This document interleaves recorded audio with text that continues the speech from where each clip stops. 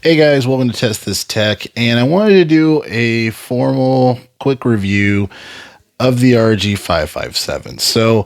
I still stand on what I said from my prior video saying that it's a great buy for 2025 because I still think it is. There's a lot that's going for it. I kind of wanted to also just kind of comment on kind of the more common things that people talk about the RG557 as far as for some of the detractors. So the first thing is the PWM flickering. I don't have an issue with that. I don't see the PWM flickering. Yes, it does show up on a camera. That might have been fixed through a recent update, just because I did in fact was shooting video on it and I didn't see the flickering. Now maybe if I adjusted the brightness more, I would have, but that wasn't a problem for me. So when it comes to PWM flickering, not really an issue that you're going to visibly see. If you're just trying to get it to play games and you're not a YouTube creator, it might not be really that much of an annoyance because you won't notice it. The second thing are the analog sticks. So that's one of the, one of the bigger concerns or just annoyances that people have. These are the same analog sticks from the RG Slide, by the way.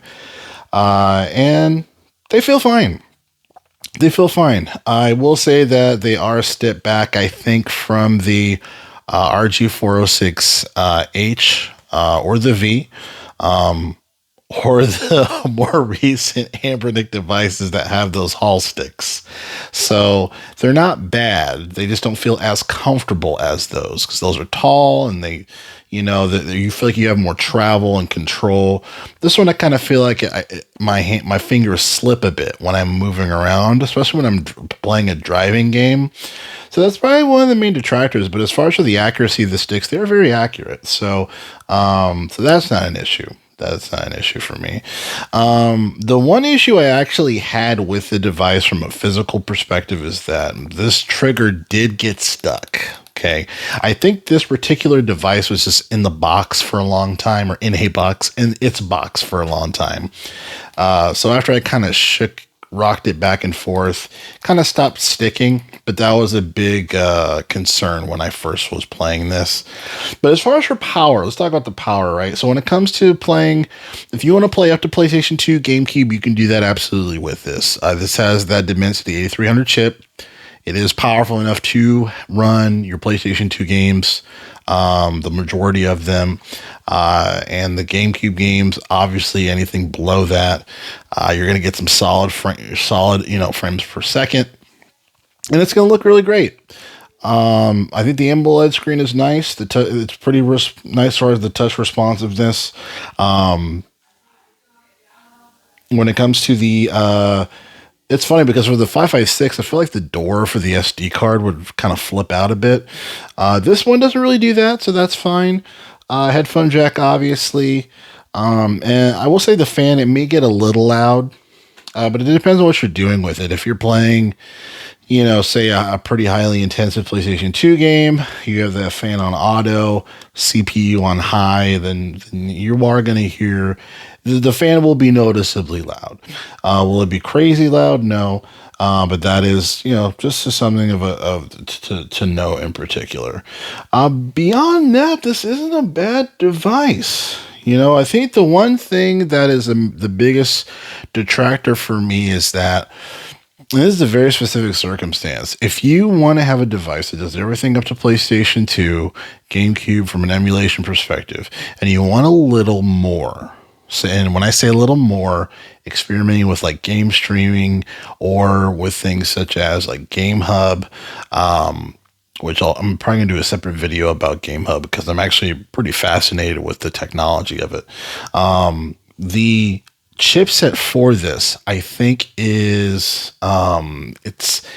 it's not giving the best Game Hub experience, I think, because of the compatibility of the chipset. And then obviously with the Mali GPU drivers and stuff like that. So I think if you want something that kind of does the emulation stuff, you want a little more, it's not to the point where you want to have a Steam Deck, but it's something where you want to have a little more with your device, do everything with the retro handle stuff, and then do some more modernized stuff.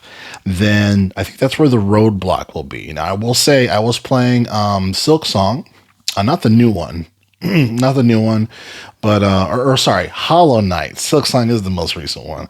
I was playing Hollow Knight on this because I purchased that when it was on sale, and then I connected it to my Steam account via GameHub. Really great experience. Playing a game like Hollow Knight on a handheld is really, to me, the best experience. So yeah, and then obviously GameHub is available on a smartphone, but the fact that it being on a dedicated gaming handheld makes me want to get a device that will have better support for GameHub and play everything PlayStation 2. So that kind of leads me to the Odin series, AY and Odin, maybe INEO, but from a cost perspective, obviously the Odin 3 is coming out, the AON Thor is coming out, and the prices on the Odin 2 are going down. Even like the Odin 2 Max have 16 gigs RAM, 500 gigabytes, 12 storage. That's another potential detractor for this too. I want to say this has 256 gigabytes and 12 gigabytes of RAM, DDR5.